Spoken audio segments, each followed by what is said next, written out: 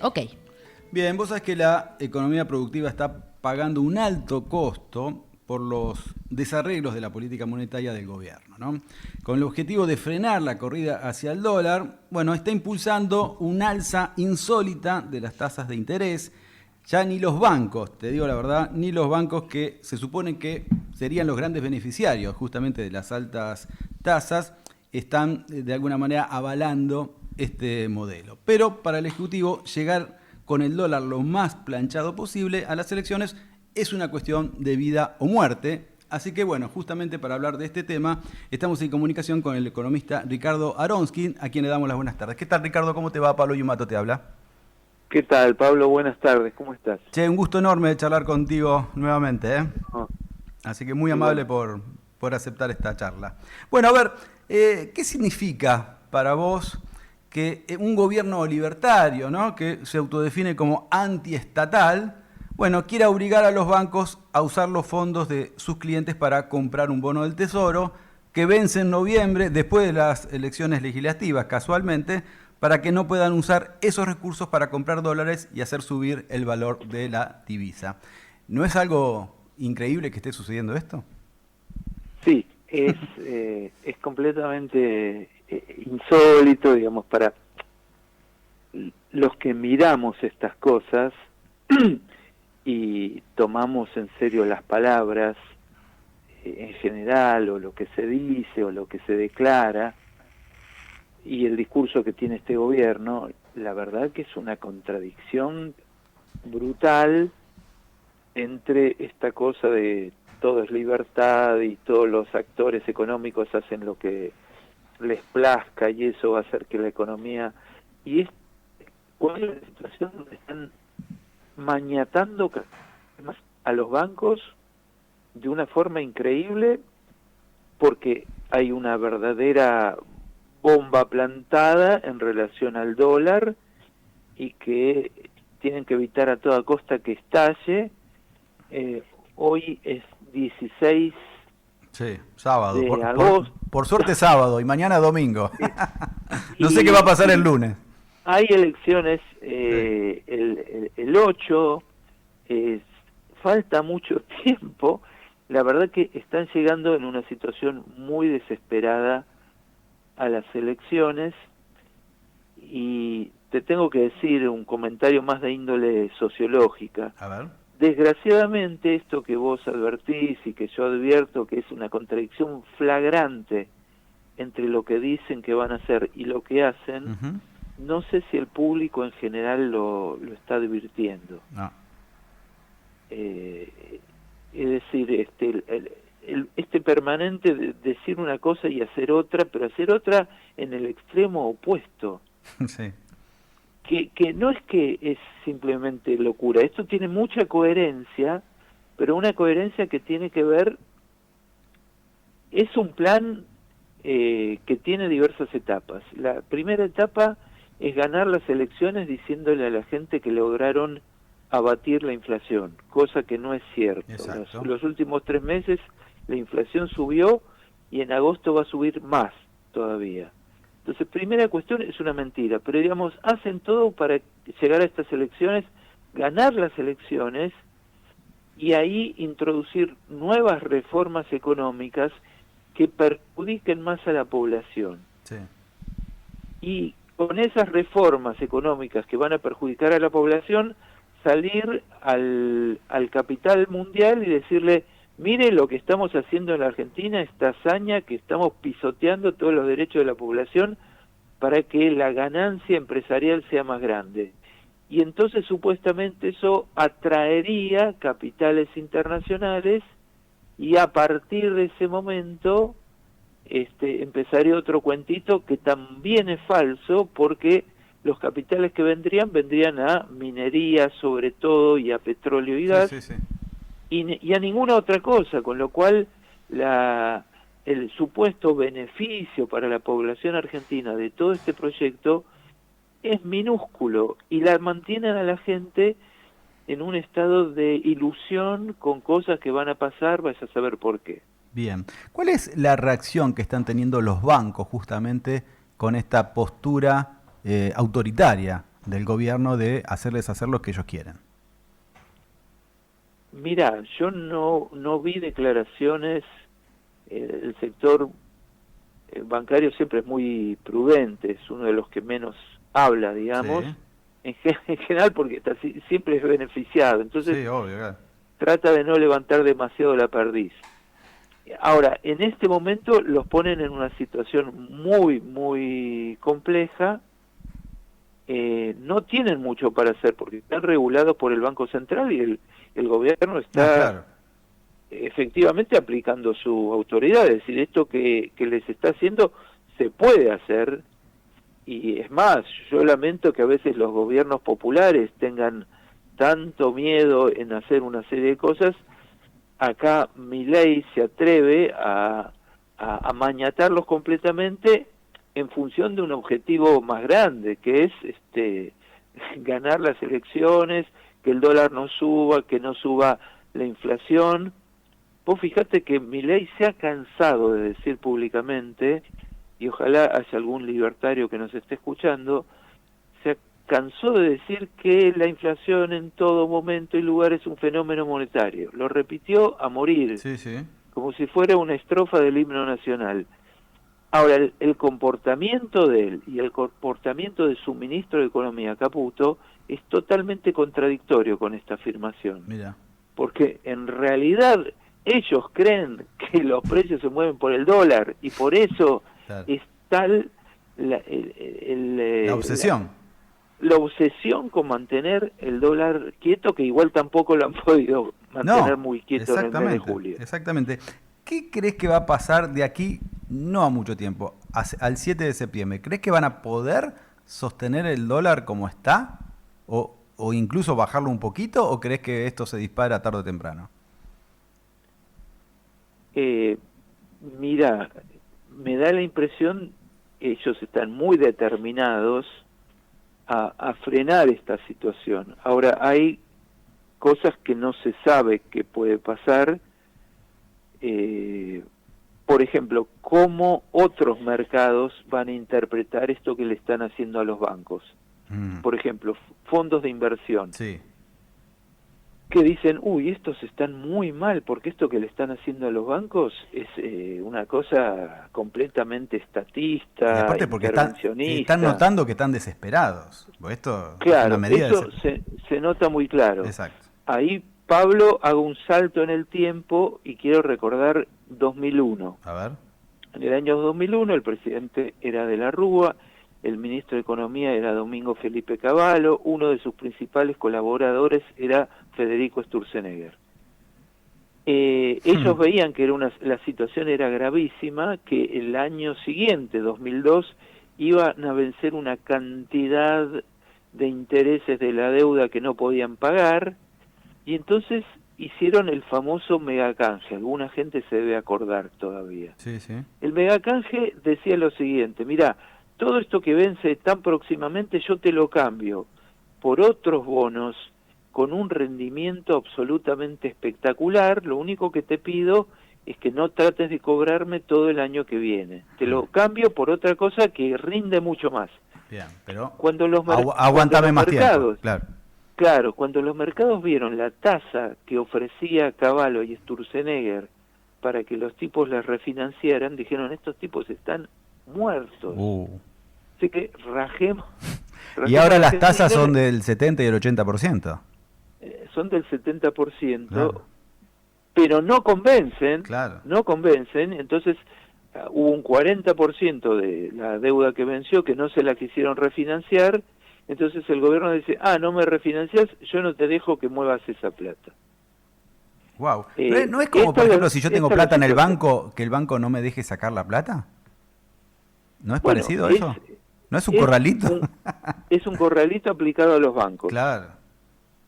A los bancos, para que ellos no puedan mover esos fondos en dirección a los mercados del dólar, Claro. el contado con liqui. Ahora, te hago una pregunta ideológica. En términos justamente políticos, ponele. ¿Al banco no le conviene un gobierno de estas características? ¿A los bancos en general? Que ahora los está presionando, pero a la larga o a la corta los va a dejar libres para hacer lo que quieran, supuestamente. ¿No lo ayudarían? ¿O va a pasar algo parecido? Vos estás de alguna manera soslayando por ahí que el 2001 puede llegar a suceder. Yo digo esto, muy frecuentemente los hombres de negocios, y acá incluyo tanto a los empresarios productivos como a los banqueros, están muy ideologizados. Muy ideologizados en el peor sentido de la palabra, es decir, convencidos por dogmas, sí, claro, que en muchos casos no tienen asidero en la realidad. Dogmas. Dogmas en el peor sentido, cuando antes se decía ideologías, bueno, esta es una ideología que es la idea de que un gobierno que no regula, no controla, es lo mejor que exacto, se puede conseguir.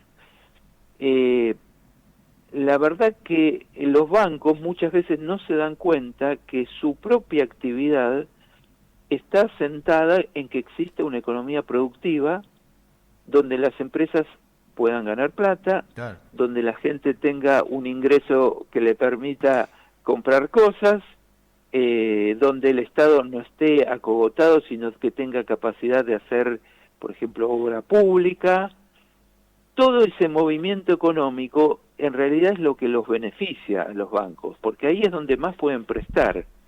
Ahora, en general, a los banqueros les encantan políticas económicas que asfixian a la actividad productiva. Por ejemplo, lo que está pasando este año con la gente común es que se está recontraendeudando, al punto tal que están teniendo dificultades para pagar la tarjeta de crédito y otras tasas usurarias que están pagando. Es una tontería desde el propio punto de vista financiero. Lo mejor que te puede pasar es que la gente que está endeudada con vos le vaya bien, no que quiebre, claro, no que esté asfixiada. Vos lo que necesitas es que haya mucho movimiento económico. que las pymes funcionen, por ejemplo, también. Que las pymes funcionen, que haya actividad económica, que haya proyectos, que te venga un empresario y te diga, mira, yo necesito 100 millones de dólares porque tengo un proyecto bárbaro. Voy a invertir en esto, claro. Entonces vos agarrás y das más crédito y cobrás intereses y es un círculo virtuoso. Ahora, los banqueros locales apuestan permanentemente por políticas económicas desastrosas que al final los terminan llevando a la quiebra, empezando por lo que hicieron con Martínez de Oz, Claro. que dijeron durante el gobierno militar, qué bueno, por fin un tipo nuestro, ahí en el Ministerio de Economía, hizo la reforma financiera, ahora sí va a haber libertad en los mercados. Después terminaron una cantidad de quiebras y de desastres espectaculares que incluso lo jorobaron al primer gobierno democrático del doctor Alfonsín. Exacto, sí, sí, sí. Bueno, pero es algo que se nota en muchos sectores. En el campo, por ejemplo, es algo habitual. Pero bueno, a muchos empresarios también de primer nivel que les encanta este tipo de economías que llevan adelante los gobiernos de derecha y que se perjudican ellos mismos. Pero bueno, pareciera, como vos decís, es dogmático, es una doctrina a la que abrazan, antiperonista, sí, que ya por una cuestión, sí, de fervor ideológico, porque no se entiende de otro modo. Pero bueno, sí, me parece que lo que hay de fondo ahí es una cosa que ellos piensan que la sociedad tiene que estar muy estratificada y que los de abajo tienen que ser muy pobres, claro, y la clase media tiene que ir a parar ahí también, y después arriba tiene que haber una clase muy rica y se acabó. Ese es el mundo que ellos, claro, piensan que es como debe funcionar. Hoy el ejemplo sería Perú, Paraguay, algo por el estilo, ¿no? Claro, claro, sí, sí. Exactamente. Dos preguntas esenciales que me interesan en relación al dinero de la deuda externa que cada vez se amplía más. ¿Nos prestaron o salvaron a este gobierno en abril, mediados de abril, poniéndole 12 palos verdes? Porque si no, yo creo que se caía el gobierno, porque no daban abasto para sostener el dólar. Ahora le acaban de dar 12.000 millones de dólares, sí. Y ahora le acaban de dar 2.000 más. ¿Qué se hace con ese dinero? ¿Por qué no pueden tener una economía un poquito, por lo menos avalándose el propio discurso, ¿no? Digo, ¿por qué no pueden estar más tranquilos, teniendo en cuenta la guita que recibieron de arriba y que obviamente después vamos a terminar pagando todos, ¿no? Pero, ¿por qué no pudieron manejar esta situación? Porque mira, como decíamos antes, toda la política económica está jugada a lograr un buen resultado en las elecciones, Sí. para que, digamos, la gente avale sin saber a la libertad avanza, sin saber lo que le van a hacer en el futuro. Sí, claro. Necesitan ese aval. Entonces, lo que hicieron fue fijar un dólar muy barato que permita, que promueva que entren importaciones de bienes. Digo, hasta gente muy pobre está comprando por aplicaciones a China productos. El tipo de cambio que pusieron es un tipo de cambio muy favorable a que vos importes cosas, o que la gente que pueda se vaya, claro, a Chile o a otro lado a comprar cosas, o a Miami a comprar cosas, importar, hacer turismo afuera. O sea, es un tipo de cambio que promueve que Argentina gaste dólares a lo loco, que no está produciendo de forma productiva. Es decir, claro, no claro, es que nosotros estamos en un boom exportador increíble, entonces nadamos en dólares, entonces nos damos todos los lujos, y eso estaría muy bien. Estamos en una situación de que no tenemos ningún boom exportador, pero el gobierno promueve que la gente que pueda gaste a lo loco, para que se sienta muy bien con este modelo, diga qué bueno que es este modelo económico, y los termine votando. Claro. Pero es una cosa de patas cortas. Ahí está la respuesta a lo que vos preguntabas. ¿A dónde están los 12.000 millones y los 2.000 ahora? Los están vendiendo para mantener este dólar artificialmente bajo y lograr que la gente se engañe y los vote. Bien. Última, y tengo medio minuto, pero por lo menos que me des un título. Sí. Yo quiero creer que el gobierno nacional y popular en algún momento vuelve. Yo espero que sea lo antes posible, bueno, y si no será después del 2027. Quiero creer, insisto, quiero creer. Vamos a tener una deuda impagable. ¿Cómo habría que por lo menos, plantearla estratégicamente como para pagar algo de lo que habría que pagar y al mismo tiempo crecer como país? Es larga, yo sé que es una respuesta larga, pero te pido un copete, aunque sea. Sí, hay dos acreedores principales. Uno es el Fondo Monetario y otros son acreedores privados, financistas privados, fondos de inversión privados. Hay que negociar con los dos. Bien. Hay que negociar con los dos. Hay que negociar bien. Hay que decirle, mira, la verdad que estamos en la lona, no tenemos dólares. Dejanos hacer una política económica coherente, que crezca, que exporte, que no importe estupideces. No necesitamos importar Ferrari, yates, todo eso, whisky, eso para otro día. Hacer turismo masivo en el mundo para otro día. Ahora lo que vamos a empezar va a ser a guardar, cuidar los dólares, ir pagando lo que podamos pagar, y nos centramos en que la población argentina viva bien. Puede ser que te diga, no, la verdad que no acepto lo que vos me estás diciendo, dame la Patagonia. Y te pueden decir lo que quieran, si con este gobierno te pueden decir lo que quieran, dame las Islas Malvinas. Claro, a eso voy, dame la Antártida. Sí, puede no pasar, hay ningún problema. Con un gobierno así puede pasar cualquier cosa. No, pero por eso te decía, y con un gobierno peronista quizás le planteen algo por el estilo. O sea, después hay que ver si acepta o no, pero... Lo que pasa es que el gobierno peronista tiene que ser peronista. Ah, bueno, claro. Vos la querés toda. Bueno, Ricardo, te agradezco infinitamente esta charla. Es como siempre muy amable. Pablo, un abrazo. Abrazo grande, que estés muy bien. Chao. Bueno, era Ricardo Aronsky, economista, un tipo que sabe muchísimo